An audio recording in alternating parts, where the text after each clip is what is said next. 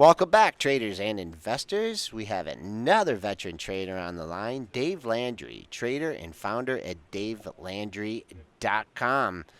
Dave, how you doing this morning? Doing great. How are you? Doing good. So, what do you think about this current market here? S&P's traded down 5.25 points. Showed some weakness on Tuesday. Kind of fought back and had a big dip yesterday. Are you getting your bearish cap on yet?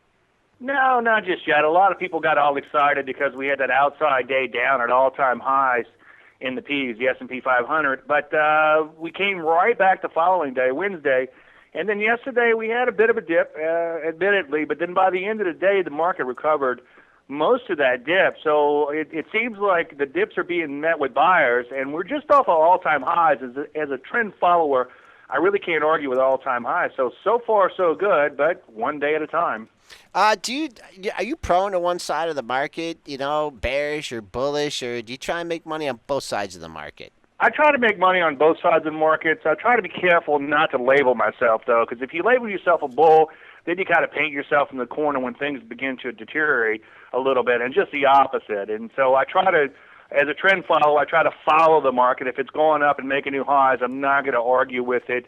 I might notice there's some clues of deterioration like we saw earlier this year, but I'm not going to make any drastic decisions based on that. If some short setup, I'll take them, but I'm not going to go full-on bearish or full-on bullish unless we get into a market like 2008 that's been going down for months at a time. But for the most part, I try not to label myself a bull or a bear.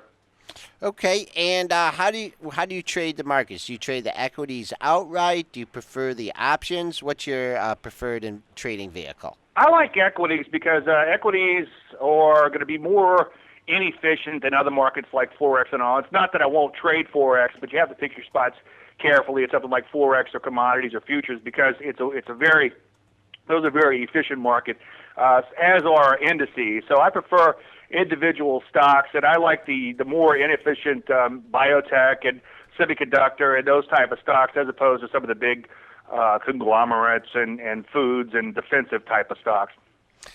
Would you consider yourself, more of a short-term trader or long-term trader?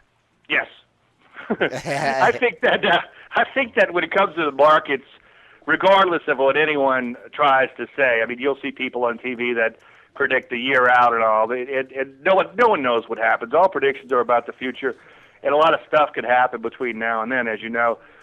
So I think you can only predict the short term with any degree of accuracy. It's kind of like predicting the weather. If it's cloudy and thundering, you know it might rain very soon, but you don't know if it's going to be raining this week, next week, or a week from now, or 2 weeks from now.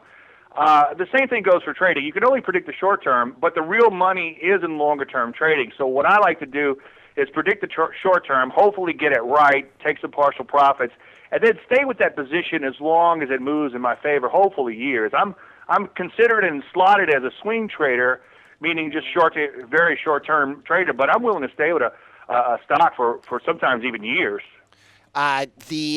So what is so you'll go anywhere from a day trade to as long as it's going your way, you'll lengthen out your time horizon and just try and milk it for what it is. Because I was going to say what's your definition between short term and long term, but okay. Yeah, I think I'm not a big fan of day trading unless you have a really good big picture setup to day trade. For the most part, I'll avoid all day trading. I think that you could end up chasing your own tail if you do too much day trading. It's too much in and out, too many decisions, and each little tick becomes something bigger than it really is. I mean, if you could do it, God bless you, but I think it's a very tough way to make money in the markets. I prefer short-term, meaning several days to several weeks, where you identify either an emerging trend like we have right now in the gold stocks, or you identify like a longer-term trend like right now we have in the energies and the semiconductors. And then you look to get on that trend. For the most part, everything I do is pretty much pullback based. So I'm looking to get on a pullback and hopefully within a week or so get a partial profit, bump my stop up to break even, and then sit back and let that position work, or hopefully work, in my favor, and let the market tell me how long I should stay with the position instead of trying to outsmart the market. That's the thing that people always forget. If you're a trend follower, you're following the trend. So do that and don't try to outsmart the market. Do you pay much attention to the fundamentals? I mean, a lot of times we talked to some of our options traders, and they look for a driver in the stock, and a lot of times it's earnings or something like that. Also, the analysts, you could say that they have hidden agendas and stuff, but some of the big boys can move the stock. So, how much emphasis do you put on fundamentals? Zero, absolutely zero. Fundamentals suggest what the market ought to do, and then the technicals are what the market is actually doing. And that's a quote from Schaubacher, who wrote a book on trading about 50 years ago. And I fully believe in what Mr. Schaubacher says, because the market, if the market, regardless of the fundamentals, the market's going to do what it's going to do. You could have great earnings for years, and the stock could actually go down on that. There are no hard and fast rules when it comes to fundamentals, but there are some hard and fast rules when it comes to technicals. If the market's going to go from A to C and B is greater than A, then it's going to have to pass through B on the way to C. In other words, if it's going from 5 to 20, it's going to pass through 10 along the way. Now, you can't just blindly buy a 10. It's a little bit more complicated than that, but it is a hard and fast rule, whereas with fundamentals, you can't say if a company grows at 20% a quarter or a year or whatever, it's going to definitely go up. Okay, just going like to your, you're having your short, your long-term strategies. You're looking at your charts. I like to. I mean, I follow the S&Ps on a 24-hour basis. I chart them. I think that the 24-hour market gives you some good clues, some good risk-reward ratios, and that's really my feeling. When I wake up in the morning, when I'm getting my coffee, the first thing I check is the SPOOs to see how they're doing. Is there something? How do you get your feel for the overall market in the morning? Do you have one particular indicator or one thing that you go to that kind of sets your mood for the day?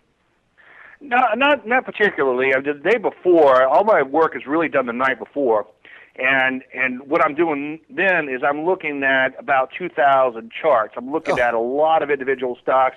I'm looking at a couple hundred sectors, and a handful of ETFs, and then of course the indices. I take I guess it's a top-down approach, but I do it in a bottom-up fashion, whereas I look at all the stocks first, so I get a pretty good feel for what's going on in the overall market. I might look at 15 or 20 gold stocks before I even get around to looking at the gold stocks index, and that gives me a pretty good feel for what's happening. Now, the following day, obviously, if futures are weak, pre-market, and I might make sure I wait for that entry before getting in a position, which I would recommend doing anyway.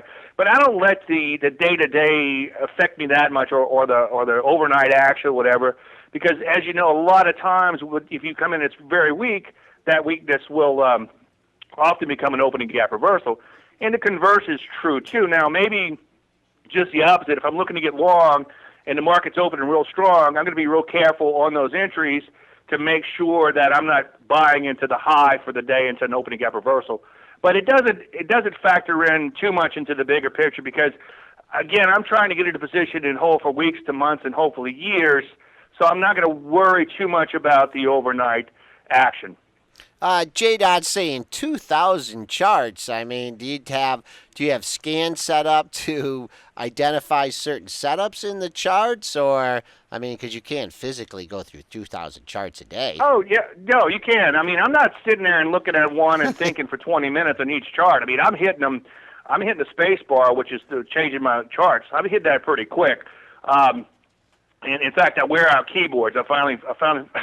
I used to go through a keyboard a month until I finally found a keyboard that in my closet that's like an old 20-pound compact keyboard or something that could withstand my banging on it every afternoon.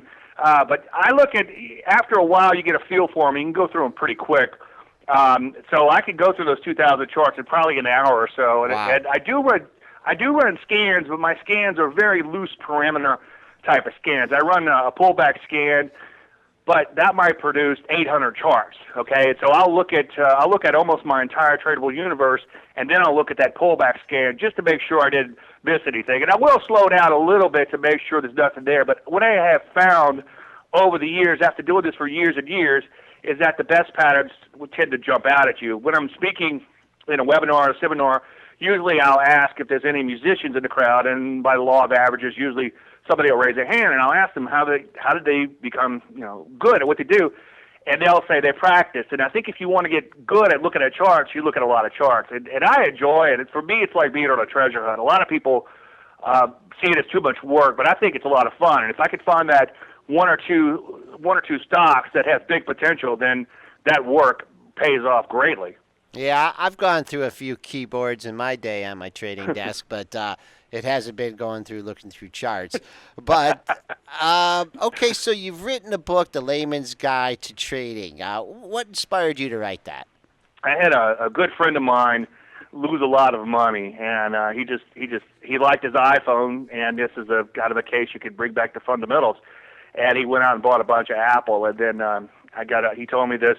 I saw him over the weekend, and then on Monday morning, Apple was down sharply, and he was down about $35,000, which is enough for anyone, which is substantial for him.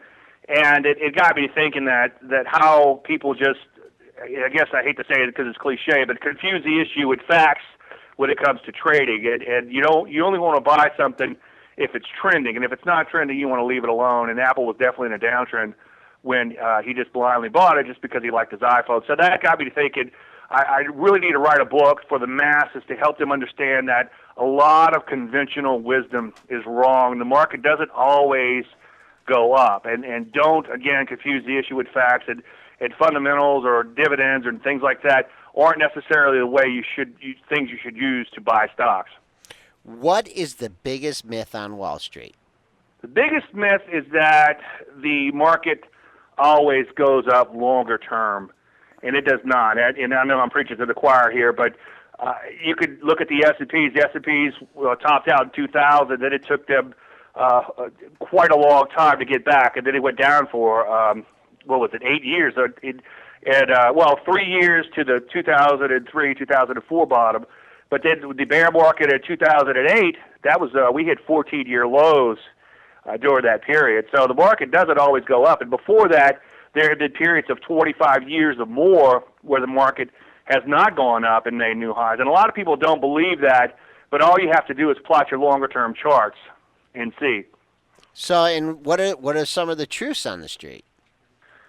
The truths are that technical analysis leads the way, because if the market's going up, then the technicals will suggest that it's going higher. There's some things like you have to follow the trend. If you're going to catch a move in the market, you're going to have to catch a trend, as opposed to being a fader. And so, what is, you've talked about a lot of different things. What's the number one thing you use, number one indicator you use to recognize trends? A blank chart and an arrow, an up arrow. If you can't draw a big arrow on the chart in the direction of the trend, then it's probably not trending. I will occasionally use a moving average, but all indicators have lag to them. Yep. So I'd be careful using any type of indicator. I like to, if you do use a moving average or some sort of indicator, I consider that an illustrator more than an indicator, because it's going to show you, being price-based, what has happened in the price. So just remember they have lag, and I think the best thing you could do is look at a chart and see if it's headed higher. It's funny, if I meet someone and they're new to trading it, or I begin to teach about a trade, initially they could recognize trends really well because they could see, oh, look, it's going up, and they draw a big arrow. But as they get, quote-unquote, smarter, they tend to confuse things and add indicators and all, and it becomes a bit of analysis paralysis. The reality is, just look at the net move of a market. If it's higher than it was a week ago or a month ago, then maybe it's trending. Yeah, we have fun with Harlan Pine on Wednesdays when he comes on, all about trends. And, we bring charts up, and Dennis and I and Harlan were like, what jumps out at you? And, on a lot of charts, the levels stick out to you. And that's, sometimes people make things too complicated and get that paralysis analysis. Just speaking to you and listening, I can tell you're, very confident in what you do, and you have your track record. But how do you always keep your trading site? How do you always stay positive? Because I think that's what happens to people in the markets. They have a series of losing trades, losing streaks. They start trading bigger. How important is trading psychology, and how do you handle things when you're in a rut? Okay, it's vitally important. And the best thing you could do, there's a couple of things. On any given trade, you can be wrong, and you have to know that you can be wrong. You have to plan your trade, and then I know it's cliche, but then trade your plan. That's the most important thing you can do. Bigger picture, it's very important to know your methodology and know it intimately. And I know with my stuff that I might go months without making much money or even losing money over those months. It never gets easy, but it gets easier knowing that, okay, things are just chopping around in here. I'm going to pick my spots carefully. I know I'm not going to make any money because this S&P, like 2 months ago, was just going straight sideways at all. You learn to live with it. It becomes a little easier. That doesn't mean I don't come in and drop a couple of F-bombs, and get excited. But I try to control those emotions and say, okay, if I have a stop in place, let me get stopped out. And once I get stopped out of position, I'm done with it. Yeah, and you move have to on. learn how to move on and have that stop in place, knowing that you might be wrong, and then ride those winners out and stick with those winners through a plan and don't try to outsmart the market. So you have to know yourself, and then you have to follow your plan, and then you have to really know your methodology. And it does take a little while to put all those pieces together, but it's not easy, but it's not nearly as difficult as most people try to make it. And you're just incorporating the money management aspect of things here to your trading psychology. If Oh, you're absolutely. taking small losses, this is something Dennis and I try and talk about. If there's a particular setup that you're working on and you're trading it, and sometimes it doesn't work the first time. If you take a small loss, then it work. The second time, third time. If you are using good money management policies, theoretically, 2, 3, 4 times you're wrong on a trade. If you can hit it with the right size and the right timing on it, you can, eclipse all those losses as well as. Oh, absolutely, absolutely. And as I wrote in the book, The Layman's Guide to Trading Stocks, we talked about earlier, money management will cure a multitude of sins. If you're trading at a small size on any given position, it shouldn't hurt you that bad if things go against you. And believe me, often it will. I don't care who you are, if you're some great guru or professional, whatever, you're going to have losses. And that's one of the myths on Wall Street, that people like us know everything. We don't know everything, and we know we can be wrong, and we're willing to take those losses. So money management will absolutely cure a multitude of sins. And then, as I said a second ago, knowing your methodology, knowing that you're going to have an occasional outlier that might make your entire year. We had one that made like 25 times the initial risk, and it's still gone. So those are the kind of positions that you have to occasionally catch, and you catch those by be willing to be wrong a few times. Like you just said, you might be wrong 3 or 4 times in a row, and that kind of bums you out a little bit. I mean, we're all human. Just because you decide to be a trader doesn't mean you no longer have a pulse, but you learn to live with that, knowing that that next big winner is just around the corner. Okay, and just quickly, like news, do you pay it? Do you try and chase stock when news comes out? Do you use the news to exit positions, or do you ignore the news? I ignore all news. I have a TV in my office.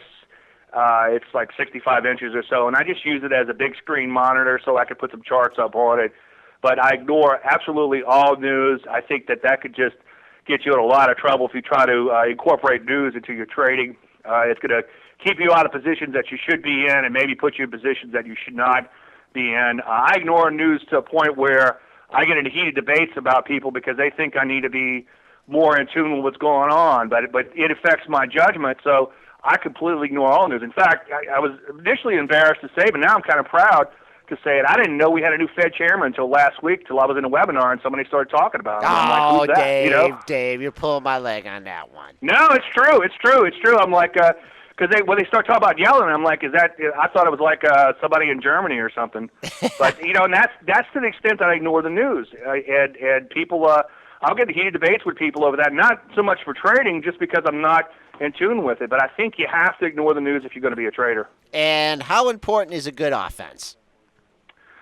A good offense is vitally important. We talked a lot about defense, and defense is very, very important. But if you have a good offense going in, you're one step ahead of the game. Pick the best of the best stocks.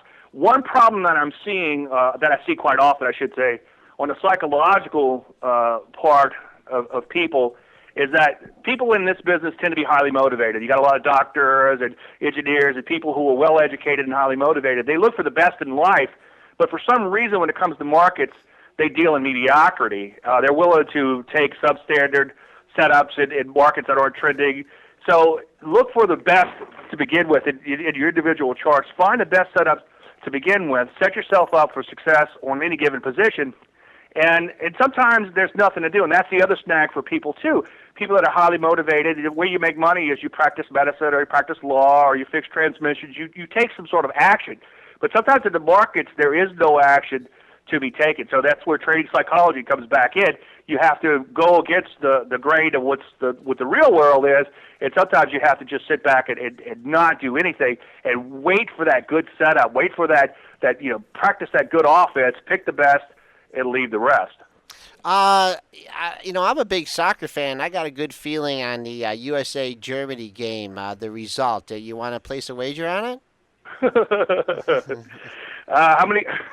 Yeah, give me a spread of about 3. How's that? Oh, you want USA 3. Okay, we've had Dave No, I'm Landry kidding. on, trader and founder at davelandry.com, covering a lot of topics here from his method of technical analysis, how little attention he pays to fundamental in the news. He's also the writer of a book, The Layman's Guide to Trading Stocks, The Myths on Wall Street. Dave, we've covered it all here.